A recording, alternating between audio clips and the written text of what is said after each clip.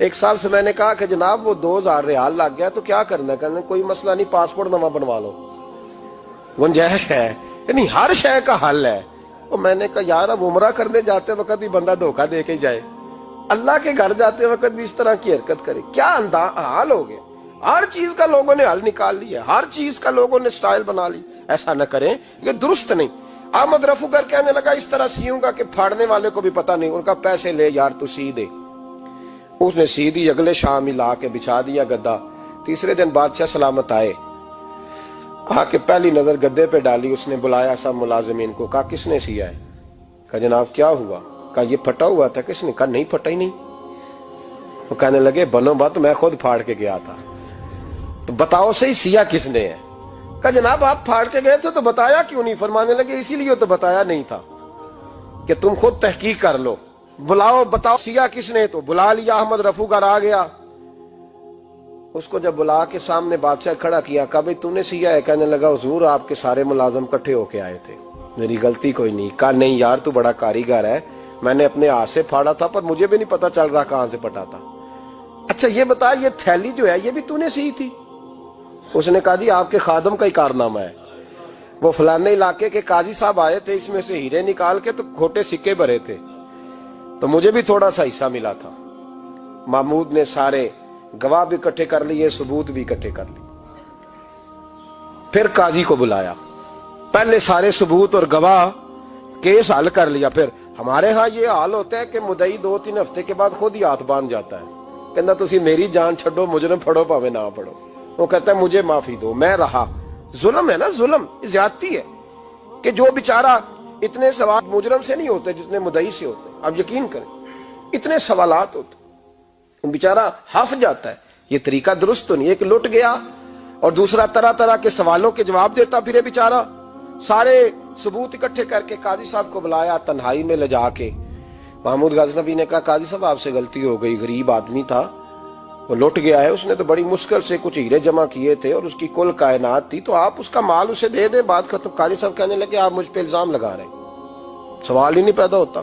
آپ میری داڑھی دیکھیں، آپ میرا اعزاز دیکھیں، دنیا جانتی ہے میں اس کا۔ قاضی صاحب انسان بھول ہی جاتا ہے، بندہ بھول جاتا ہے، غلطی ہوگی، مال نے کہا نہیں سب، کہا میں تنہائی میں پوچھ رہا ہوں، میں اس وقت پوچھ رہا ہوں جب دوسرا موجود کوئی نہیں، آج توبہ کر لے، میں کچھ نہیں کہوں گا، تو میری زبان پہ اعتبار کر، تجھے پتا ہے میں جو کہتا ہوں اس پہ عمل بھی کرتا ہوں، باز آ جا۔ پر قاضی نے کہا نہیں میری غلطی کوئی نہیں۔ محمود نے پھر بڑے دربار میں بلا لیا، مجمع عام میں۔ مہلت کے دنوں میں جو توبہ کر لے وہ بچ جاتے ہیں، لیکن لوگ رسوائیوں کے دنوں میں پھر واپس لوٹتے ہیں اگلا گھر دیکھ کے، پھر حالات اور طرح کے ہو چکے ہوتے ہیں۔ جب بڑے دربار میں قاضی کو بلایا، بھائی تو مانتا ہے کہ نہیں؟ اس نے کہا نہیں۔ تو کہا بلاؤ احمد رفوگر کو۔ جب احمد رفوگر آیا تو بوڑھے قاضی کی ٹانگیں کانپنے لگی، جملے ٹوٹنے لگے، لفظ زمین پر گرنے لگے، بات صحیح نہیں ہوتی، زبان لڑکھڑانے لگی۔ محمود کہنے لگے قاضی میں نے تجھے کہا تھا وہاں مان جا بات، اب بڑے دربار میں بول۔ تو جب قاضی صاحب کی گردن خود بخود جھک گئی تو دنیا سمجھ گئی، کہا نکل جا میرے دربار سے۔ محمود بولے نکل جا، اتنی تجھے عزت دی، اتنی بڑی تنخواہ دی، قاضی بنایا، اور یہ چھوٹی سی رقم کے لیے، تھوڑی سی رقم کے لیے تو بددیانت ہو گیا، چل چلا جا، نکل۔ قاضی دربار سے نکلا تو لوگ لعنتیں برسانے لگے۔ کل جو دکانیں چھوڑ کے سلوٹ کرنے آتے تھے وہ کہنے لگے اس کی عمر دیکھو، اس کے کام دیکھو، دیکھو اس نے کیا کیا۔ گھر گیا، بچے جن کے لیے پاپ کمایا تھا، جنہاں لی تو پاپ کمائے ہن کتھے نہیں ہو تیرے کر دے۔ وہ بچے کہنے لگے ابا جی ہم تو سکول مدرسہ جانے کے قابل نہیں رہے، امید تھی کہ بیوی ساتھ دے گی۔ وہ کہنے لگی میں میکے کیسے جاؤں گی، گلی کی عورتیں طرح طرح کی باتیں بناتی ہیں۔ اور بھائی کامیابیوں کے بڑے سربراہ ہوتے ہیں، کوئی کامیاب ہو جائے تو سارے کہتے ہیں میری سپورٹ سے ہوا ہے، ناکامیاں ہمیشہ یتیم ہوتی ہیں، ناکامیوں کا کوئی سربراہ نہیں ہوتا۔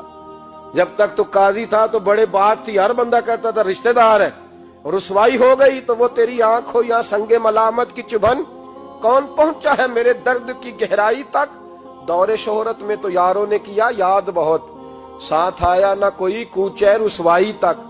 اور میاں صاحب کہنے لگے ساری عمر ہی آٹا گد ہے، میں لکھاں کیتے نہیں پیڑے، اب وقت آیا ہی تے محمد بخشا کوئی نہیں ہوں بیٹھا نیڑے، حالات ہی بدل گئے۔ قاضی خاموشی سے اندر چلا گیا، اپنی رسوائی سمیٹ کے بستر پہ لیٹا، نہ روٹی کی بھوک لگی، نہ پانی کی پیاس لگی، نہ نیند آئی، ساری رات تڑپتا رہا۔ سویرے گھر والوں نے دروازہ کھولا تو روح پرواز کر گئی تھی، دنیا چھوڑ گیا۔ حضرت ابو النور علیہ رحمہ بولے، فرمانے لگے یاد رکھو کبھی بددیانتی نہ کرنا، کبھی۔ یہ تو محمود غزنوی کی عدالت تھی، قیامت میں رب کریم کی عدالت لگے گی۔ اور فرمایا وہاں تو گواہی دینے والا احمد رفو گر تھا، قیامت میں تو تمہارے اپنے ہاتھ پیر گواہیاں دیں گے، ہمارا اپنا وجود گواہی دے گا۔ اور فرمایا یہاں تو لانتے دنیا دار برساتے تھے، وہاں فرشتے ہوں گے۔ اور قاضی کو تو موت آ گئی تھی، قیامت میں تو دوبارہ موت بھی کوئی نہیں آئے گی، وہاں تو رہنا ہے اور سہنا ہے۔ بددیانتی معاشرے میں، اتنی بددیانتی ہر جگہ۔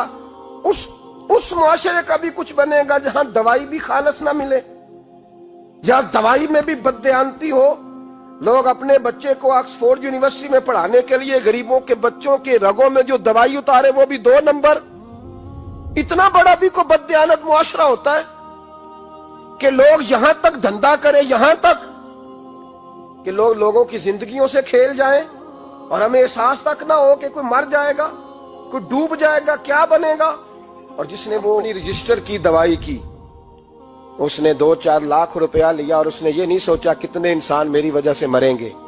قتل صرف یہ تو نہیں ہوتا گولی مار کے مار دینا، لوگوں کی زندگیوں سے لوگ کھیل جاتے ہیں، لوگ تباہی کر جاتے ہیں، لیکن بددیانتی سے باز نہیں آتے۔ میرے رسول پاک علیہ السلام کے غلاموں، نبی پاک صلی اللہ علیہ وسلم نے ذرا سی بددیانتی، اور صحابہ کا یہ مزاج تھا، اتنی سی بھی کبھی ان سے غلطی ہوتی تو تڑپ